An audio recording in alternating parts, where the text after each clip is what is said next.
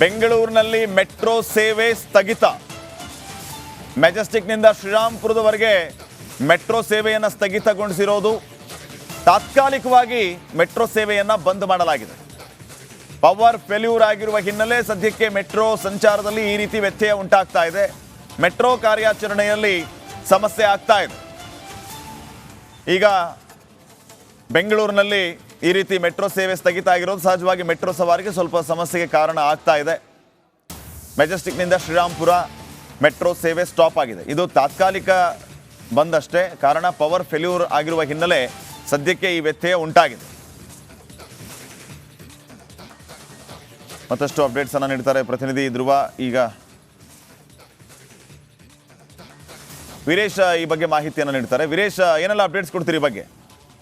ಶ್ರೀಪಾದ್ ಪಾಟೀಲ್, ಪದೇ ಪದೇ ಈ ತರ ಘಟನೆಗಳು ಮೆಟ್ರೋದಲ್ಲಿ ಆಗ್ತಾ ಇದೆ. ಒಂದ್ ಕಡೆ ಹೋಗುವ ಮೆಟ್ರೋದಲ್ಲಿ ಒಂದ್ ಕಡೆ ಸ್ಟಾಪ್ ಆಗುತ್ತೆ, ಅಲ್ಲಿ ಪ್ರಯಾಣಿಕರು ಪರದಾಡ್ತಿದ್ದಾರೆ. ಇದೀಗ ಮೆಜೆಸ್ಟಿಕ್ ಟು ಶ್ರೀರಾಮ್ಪುರವರೆಗೂ ಮೆಟ್ರೋ ಸಂಚಾರ ಸ್ಥಗಿತವಾಗಿದೆ. ಅಂದ್ರೆ ಪವರ್ ಫೇಲ್ಯೂರ್ ಇಂದ ಈ ಒಂದು ಸಂಚಾರಕ್ಕೆ ಅಡಚಣೆ ಆಗಿದೆ. ಯಾಕಂದ್ರೆ ಒಂದ್ ಕಡೆ ಮೆಟ್ರೋ ಸಮಸ್ಯೆಗಳು ಜಾಸ್ತಿ ಆಗ್ತಿದೆ. ಸಿಟಿಜನ್ಸ್ ಒಂದ್ ಕಡೆ BMRC ವಿರುದ್ಧ ಒಂದ್ ಕಡೆ ಆಕ್ರೋಶ ಹೊರಾಗ್ತಿದ್ದಾರೆ. ಯಾಕಂದ್ರೆ ಸಡನ್ ಆಗಿ ಬೇರೆ ಬೇರೆ ಮಾರ್ಗಗಳಿಗೆ ಹೋಗ್ಬೇಕಾಗತ್ತೆ. ಹೀಗಾಗಿ ಮೆಟ್ರೋದಲ್ಲಿ ಹೋದ್ರೆ ಬೇಗ ಸ್ಪೀಡ್ ಆಗಿ ಹೋಗ್ತಾರೆ ಮತ್ತು ಯಾವುದೇ ಟ್ರಾಫಿಕ್ ಕಿರಿಕಿರಿಲ್ಲ ಅಂತ ಸಾಕಷ್ಟು ಜನ ಮೆಟ್ರೋ ನಂಬಿಕೊಂಡು ಬಂದಿರ್ತಾರೆ.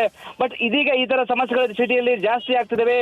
ಪೀಣ್ಯ ಇಂಡಸ್ಟ್ರಿಯಲ್ಲಿ ಪ್ರಾಬ್ಲಮ್ ಆಯ್ತು, ಮತ್ತೊಂದ್ ಕಡೆ MG ರೋಡ್ ಅಲ್ಲಿ ಪ್ರಾಬ್ಲಮ್ ಆಯ್ತು. ತಿಂಗಳ 3-4 ಸಮಸ್ಯೆ ಈ ತರ ಆದ್ರೆ ಸಿಟಿಜನ್ ಎಲ್ಲ ಒಂದ್ ಕಡೆ ರೋಚಿವಾಗಿದ್ದಾರೆ. ಹೀಗಾಗಿ BMRC ಏನಾದರೂ ಪ್ರಾಬ್ಲಮ್ ಇದೆ. ಯಾಕಂದ್ರೆ ಕೆಲವೊಂದು ಮೇಂಟೈನ್ ಮಾಡಕ್ ಆಗ್ತಿಲ್ಲ ಅಂತ BMRC ಏನು ಈ ಹಿಂದೆ ರಿಪಬ್ಲಿಕ್ ಅಂಡಕ್ಕೆ ಸ್ಪಷ್ಟವಾಗಿ ತಿಳಿಸಿತ್ತು. ಯಾಕಂದ್ರೆ ಮೆಟ್ರೋಗಳು ಕಡಿಮೆ ಇದೆ, ಹೀಗಾಗಿ ಮೇಂಟೈನ್ಗೆ ನಮಗೆ ಸಿಗ್ತಿಲ್ಲ ಟೈಮಿಂಗ್ ಎಂಬುದು ಒಂದ್ ಕಡೆ BMRC ಅಧಿಕಾರಿಗಳು ಸಹ ಹೇಳಿದ್ದಾರೆ. ಹೀಗಾಗಿ 4th ಸ್ಯಾಟರ್ಡೆ ಮತ್ತು ಸಂಡೇ ಅವು 2 ದಿನ ಬೆಳಗ್ಗೆ 7 ಗಂಟೆಯಿಂದ ಮೆಟ್ರೋ ಓಡಿಸುವ ಪ್ಲಾನ್ ಸಹ ನಡೆದಿದೆ. ಹೀಗಾಗಿ ಯಾವಾಗ್ಲೂ ಆಗುವಂತ ಪ್ರಾಬ್ಲಮ್ ಅಥವಾ ಪದೇ ಪದೇ ಈ ರೀತಿ ಸಮಸ್ಯೆ ಆಗ್ತಾ ಇರುತ್ತಾ?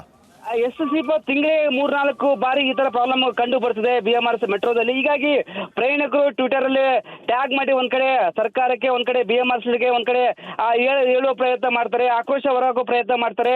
ಹೀಗಾಗಿ BMRC ಸಮಸ್ಯೆ ಏನು ಎಂಬುದು ಬಗೆಹರಿಸಬೇಕಾಗುತ್ತೆ. ಯಾಕಂದ್ರೆ ಮೇಂಟೈನ್ ಆಗ್ತಿರುವ ಮೆಟ್ರೋಗಳನ್ನ, ಯಾಕಂದ್ರೆ ಮೆಟ್ರೋ ಈ ಭಾಗ ಅಂದ್ರೆ 57 ಮೆಟ್ರೋಗಳಿದಾವೆ, ಅವೆಲ್ಲ ಓಡಾಡ್ತಿದಾವೆ. ಹೀಗಾಗಿ ಮೇಂಟೈನ್ ಪ್ರಾಬ್ಲಮ್ ಇಂದ ಈ ತರ ಸಮಸ್ಯೆ ಆಗ್ತಿದೆ ಎಂಬುದು BMRC ಅಧಿಕಾರಿಗಳು ಸ್ಪಷ್ಟನೆ ನೀಡಿದ್ದಾರೆ. ಹೀಗಾಗಿ ಈ ತರ ಸಮಸ್ಯೆ ಆಗದಂತೆ, ಅಂದ್ರೆ ಮುಂದಿನ ದಿನಗಳಲ್ಲಿ ಈ ತರ ಸಮಸ್ಯೆ ಆಗದಂತೆ BMRC ಅಧಿಕಾರಿಗಳು ಮುನ್ನೆಚ್ಚರಿಕೆ ಕ್ರಮ ಕೈಗೊಳ್ಳಬೇಕಾಗುತ್ತೆ. ಶ್ರೀಪಾದ್ ಪಾಟೀಲ್, ಇದು ರೀಸ್ಟಾರ್ಟ್ ಆಗೋದಕ್ಕೆ ಇನ್ನೂ ಎಷ್ಟು ಟೈಮ್ ಬೇಕಾಗಬಹುದು ವೀರೇಶ್?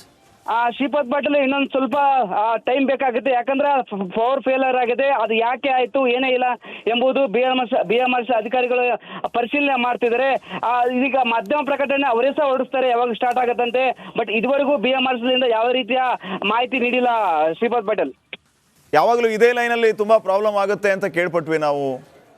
ಶ್ರೀಪಾದ್ ಪಾಟೀಲ್, ಈ MG ರೋಡ್ ರಸ್ತೆ, ಹಸಿರು ಮಾರ್ಗ ಮತ್ತು 2 ಮಾರ್ಗಗಳಲ್ಲಿ ಸಹ ಏನು ತುಂಬಾ ಸಮಸ್ಯೆ ಆಗ್ತಿದೆ. ಹೀಗಾಗಿ BMRC ವಿರುದ್ಧ ಸಾರ್ವಜನಿಕರು, ಸಿಟಿಜನ್ ತುಂಬಾ ಆಕ್ರೋಶ ಹೊರಾಗ್ತದೆ. ಯಾಕಂದ್ರೆ ಕೆಲವರು ವೆಹಿಕಲ್ ಬಿಟ್ಟು ಮೆಟ್ರೋ ಮುಖಾಂತರ ಬಂದು ಆಫೀಸ್ಗಳಿಗೆ ಹೋಗ್ತಾರೆ. ಕೆಲವೊಂದು ಪೀಕ್ ಅವರ್ದಲ್ಲಿ ಸಹ ತುಂಬಾ ಸಮಸ್ಯೆ ಆಗಿದೆ. ಅದು MG ರೋಡ್ ಮತ್ತೊಂದು ಕಡೆ ಈ ದಾಸರಹಳ್ಳಿ ಈ ಒಂದು ಭಾಗದಲ್ಲಿ ಜಾಸ್ತಿ ಕಂಡು ಬರ್ತಿದೆ. ಹೀಗಾಗಿ ಸಮಸ್ಯೆ ದಿನದಿಂದ ಜಾಸ್ತಿ ಆಗ್ತಿದೆ ಹೊರತು ಇದನ್ನ ಸೊಲ್ಯೂಷನ್ ಕೊಡಲು BMRC ಮುಂದಾಗ್ತಿಲ್ಲ. ಹೀಗಾಗಿ BMRC ಅಧಿಕಾರಿಗಳು ಮುಂದಾಗಬೇಕು. ಎಲ್ಲೆಲ್ಲಿ ಈ ತರ ಪ್ರಾಬ್ಲಮ್ ಆಗುತ್ತೆ ಅದಕ್ಕೆಲ್ಲ ಸೊಲ್ಯೂಷನ್ ಮಾಡಬೇಕಾಗುತ್ತೆ. ಶ್ರೀಪಾದ್ ಪಾಟೀಲ್, ವೀರೇಶ್, ಅಧಿಕಾರಿಗಳ ನಿರ್ಲಕ್ಷ್ಯ ಅಂತ ಈಗ ಇಲ್ಲಿ ಸ್ಥಗಿತ, ನಿನ್ನೆ 3 ಕಡೆ ಎಲ್ಲೋ ಏನೋ ಪ್ರಾಬ್ಲಮ್ ಆಗಿತ್ತು.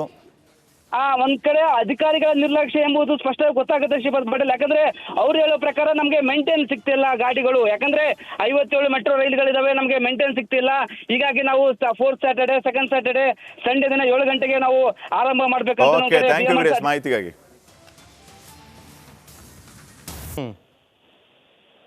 ಈಗ ಹಿಂದೂಗಳು ಮುಸಲ್ಮಾನರ ಹತ್ರ ಹೋಗಿ ವ್ಯಾಪಾರ ಮಾಡಬೇಡ್ರಿ ಅಂತ ಎಲ್ಲರೂ ಹೇಳಿದ್ದುಂಟ.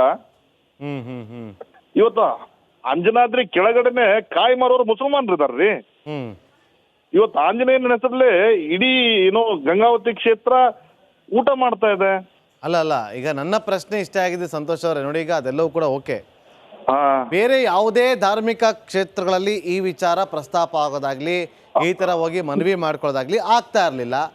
ಈ ಒಂದು ಕ್ಷೇತ್ರದಲ್ಲಿ ಯಾಕೆ ಆಗ್ತಾ ಇದೆ ಅಂತ ನನ್ನ ಪ್ರಶ್ನೆ.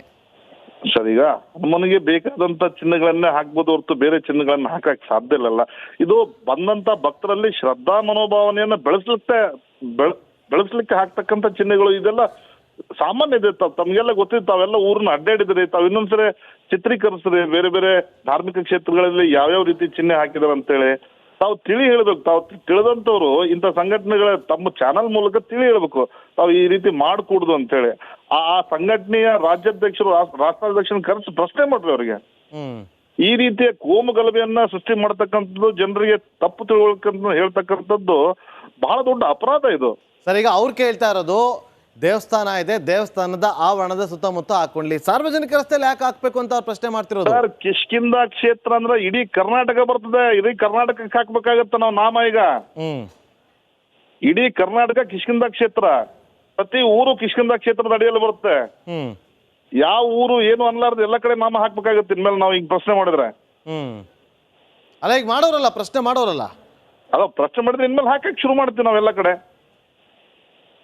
ಅದು ಸಾರ್ವಜನಿಕ ರಸ್ತೆಯಲ್ಲಿ ಹೇಗೆ ಆಗ್ತೀರಿ ಅಂತ ಅವ್ರು ಪ್ರಶ್ನೆ ಮಾಡ್ತಾರೆ. ಸಾರ್ವಜನಿಕ ರಸ್ತೆಯಲ್ಲಿ ಬರೀ ನಾಮ ದೀಪದ ಮೇಲೆ ನಾಮ ಹಾಕೈತೆ ಗುರುಗಳೇ.